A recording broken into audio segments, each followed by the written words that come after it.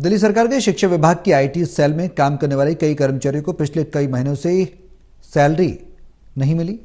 सभी कर्मचारियों ने दिल्ली बीजेपी प्रदेश अध्यक्ष वीरेंद्र सचदेवा से मुलाकात कर अपनी मांगें सामने रखी। कर्मचारियों से खास बातचीत की हमारे सहयोगी ललित नारायण कांडपाल ने। दिल्ली में विधानसभा का चुनाव आने वाला है, लेकिन उससे पहले जो कर्मचारी हैं दिल्ली सरकार में, उनके अंदर एक चिंता इस बात की है कि उनको लेकर जो स्थायी करने का जो वादा था, उसको लेकर वो वादा अभी तक पूरा नहीं हुआ है। इसी वादे को पूरा कराने को लेकर आज जो है दिल्ली सरकार के एजुकेशन डिपार्टमेंट में जो आईटी कर्मचारी हैं, उन लोगों ने जो है वीरेंद्र सचदेवा से मुलाकात की है, जो कि दिल्ली बीजेपी के अध्यक्ष हैं। मेरे साथ बात करने के लिए मौजूद हैं सह संयोजक सेल के। सर, मुझे बताइए क्या पूरा ये मामला है, क्या आश्वासन दिया है आप लोगों ने? देखिए, जो है ये आईटी का काम देखते हैं स्कूलों में, जो गवर्नमेंट स्कूल्स हैं उनका जितना ऑफिस का काम है वो ये सब हमारे जो है भाई देखते हैं, और 20 साल से वो काम कर रहे हैं। अच्छा। और 20 साल से काम करने का इनको फल क्या मिला? आज तक इनको जो है पक्का नहीं करा गया। इनको मिनिमम वेजेस तक नहीं दी जा रही है। 20,000 इनकी तनख्वाह है, और 20,000 वो तनख्वाह भी अब 6 महीने हो गए इनको तनख्वाह ही नहीं मिली है साहब। दिवाली इन्होंने बिना तनख्वाह के बनाई है। ये देखिए कितना अत्याचार है। और अब इनको लटकाया गया है। अब इनको कहा गया है कि वो काम तो करवा रहे हैं, पर काम करवा रहे हैं, उनको कोई आश्वासन नहीं दे रहा है, कोई क्लैरिटी नहीं है। ये दिशाहीन है जी। 2200 लोग हैं ऐसे। अच्छा, तो आप लोगों ने क्या आश्वासन दिया है? वीरेंद्र सचदेवा जी ने अभी मुलाकात की थोड़ी देर पहले, उनसे क्या उनको आश्वासन दिया है? वीरेंद्र सचदेवा जी ने कहा है कि हम जो है एलजी साहब के पास इस मुद्दे को उठाएंगे और राहत जो इस 2200 परिवारों को मिल जाए, इसका प्रयास करेंगे, और कोशिश करेंगे कि आचार संहिता लागू होने से पहले कम से कम इनको तनख्वाहें जो इनकी रुकी हुई है वो तो मिले। सवाल यह है कि आपकी स्थायीपन की जो कार्रवाई है वो रुकी कहाँ पड़ी है? ये इसका इंटरनल क्या चल रहा है प्रोसेस, ये हमें नहीं पता। जो अधिकारियों से मिलते हैं तो यही कहते हैं कि आपकी फाइल अंडर प्रोसेस है, आपका काम हो रहा है। अब क्या हो रहा है क्या नहीं हो रहा है, आप जानते हैं कि हम छोटे तबके के कर्मचारी हैं। हम डायरेक्टर या उस लेवल पे जाते तो वो हमारी कितनी सुनते हैं, क्योंकि बड़े अधिकारी ही होते हैं। तो बस उनकी 2 बाइट दे के कि आप जाओ, आपका काम हो रहा है, 10 दिन में हो जाएगा, 15 दिन में हो जाएगा, और ये कहते कहते आज 6 महीने हो गए। 6 महीने? कितने साल से आप लोग लड़ाई?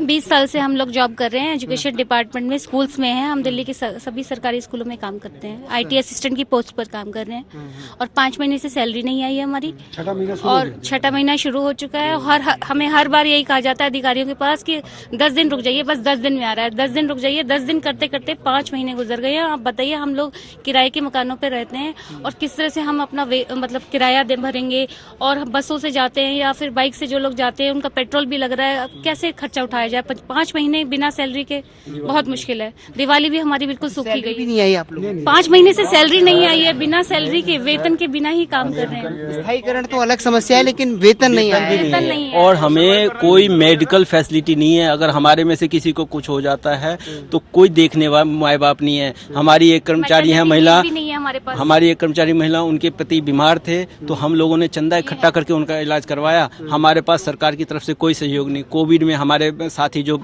एक्सपायर हो गए, उनको आज तक कुछ नहीं मिला है, कुछ नहीं, 1 रुपये का नहीं, और कोई सुनने वाला नहीं है। जो मिसमैनेजमेंट है केजरीवाल सरकार की, वो हर डिपार्टमेंट में दिखती है साहब। 31 साल बाद ऐसा हो रहा है कि हम डेफिसिट में हैं, फिस्कल डेफिसिट है, 7,000 करोड़ रुपए की कमी है दिल्ली सरकार में। ऐसा 31 साल बाद हुआ है। नहीं तो गौरवशाली क्षेत्र रहा है दिल्ली, हमेशा सरप्लस रहा है। और आज जो है हालत ये है कि हम अपने कर्मचारियों को तनख्वाह नहीं दे पा रहे, और कर्मचारियों को मिनिमम वेजेस तक नहीं दे पा रहे हैं। ये दिल्ली सरकार का जो रूप आपको दिख रहा है। इन्होंने सिर्फ वोट खरीदने की राजनीति करी है, फ्रीबीज के नाम पे रिश्वत देने की, घूस देने की राजनीति करी है।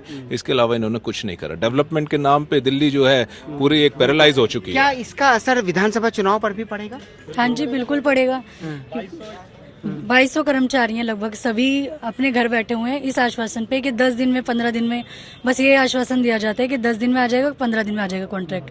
ना तो हमारा कॉन्ट्रैक्ट आ रहा है, ना सैलरी दी जा रही है। HOS हैं, स्कूल में है, तो फिर वो ना तो स्कूल में उस इज्जत से हम जा पा रहे हैं, क्योंकि एक मेल के लिए भी बोलते हैं कि एक मेल या ऑर्डर निकाल दो कि कम से कम हम स्कूल जा सकें, आराम से अपना काम कर सकें। काम हम इतनी ईमानदारी से करते हैं, लेकिन हमें ना तो सैलरी भी नहीं मिल रही है। तो कुल मिलाकर जो है स्थायीकरण तो बात की समस्या है, लेकिन मौजूदा परिस्थिति ये है कि लोगों के पास घर से आने जाने के लिए बस का किराया जुटाने की भी बड़ी परेशानी हो गई है।